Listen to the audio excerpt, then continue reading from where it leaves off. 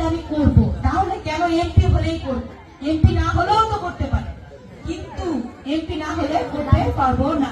কেননা যেভাবে ইফতার মাহফিলে কাটা গরুর মাংস উল্টা করে ফেলাই দিছে, ধ্যানের মধ্যে করে তুলে নিয়ে চলে গেছে, ঠিক একই ভাবে যদি আমি এমপি না হই, আমার কাছে যদি ক্ষমতা না থাকে, আমি যদি কাজ করতে চাই, গার্মেন্টস টেক্সটাইল তো দূরের কথা, ছোট্ট খাটো যদি একটা টেক্সটাইল বানাতে চাই, কি করবে? আমার কাছে যায় অর্ধেক ভাগ চাবে, বলবে বানাতে পারবা কিন্তু অর্ধেক শেয়ার আমার দিতে হবে।